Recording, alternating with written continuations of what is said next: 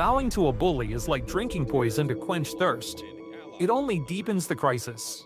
This video shows that China has no intention of trying to de-escalate the trade war with the United States. Instead, it seems to predict that the situation might get worse. China won't kneel down, because we know standing up for ourselves keeps the possibility of cooperation alive, while compromise snuffs it out.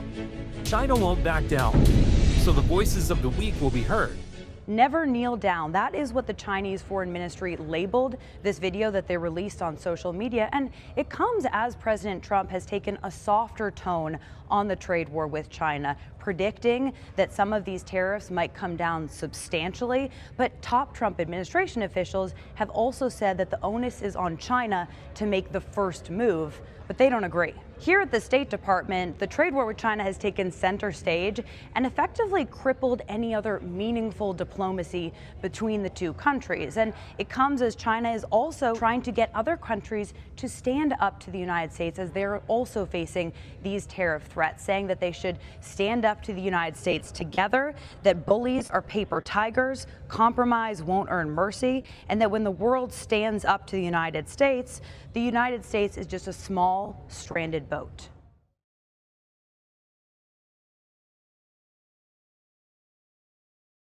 This is a hostile and political act by Amazon. The White House is blasting reports that Amazon is going to start listing the impact of President Trump's tariffs next to its prices on its website, as the president has been involved in this sweeping trade war that he's carried out, with China being the #1 target so far as they're negotiating with other countries behind the scenes. Caroline Levitt told reporters that she had just gotten off the phone with President Trump about this report in Punchbowl News. Why didn't Amazon do this when the Biden administration hiked inflation to the highest level in 40 years? And I would also add that it's not a surprise, because as Reuters recently wrote, Amazon has partnered with a Chinese propaganda arm. So this is another reason why Americans should buy American. It's another reason why we are onshoring critical supply chains here at home to shore up our own critical supply chain and boost our own manufacturing here. Now, this is incredibly notable, just given how much the relationship between Jeff Bezos and President Trump has changed. After Trump won the election, Jeff Bezos and the president dined together. Bezos has praised him. He even attended his inauguration here in Washington. Just the other day, the president was telling an outlet that he believed Jeff Bezos was 100% and praising their relationship. So far, the White House has not said whether or not President Trump plans to call Bezos directly about this change and what he'll say to him.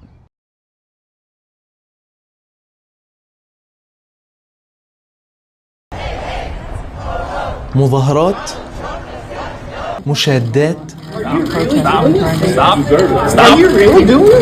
ورفض تقديم تنازلات. المعارضة في أمريكا في 100 يوم الأولى من فترة ترامب الثانية تتجلى بشتى الأشكال. شعبية الرئيس الأمريكي اللي اكتسح في الانتخابات أصبحت في تدني بسبب تخبط وتعسف بعض سياساته، فرسومه الجمركية أضرت بالاقتصاد، والاعتقالات والترحيلات القسرية هددت الحريات، وقراراته التنفيذية حطته في صدام مع القضاء.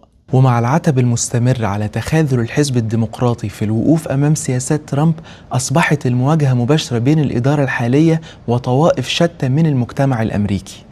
Serious question, how are people affording anything in 2025? من مستهلكين مستائين من ارتفاع الأسعار إلى مشرعين قلقين على مبادئ الديمقراطية.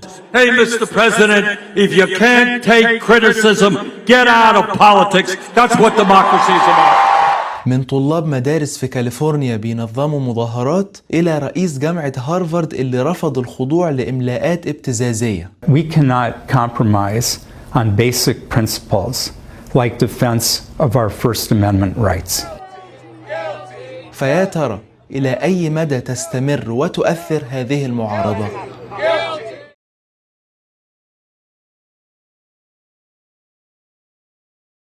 I mean, these numbers are just horrible. There's no way to sugarcoat it. And the first way we'll sort of point that out is we'll look at where Donald Trump is now versus where he was 100 days into his first presidency. And you see it here. You don't have to be a mathematical genius.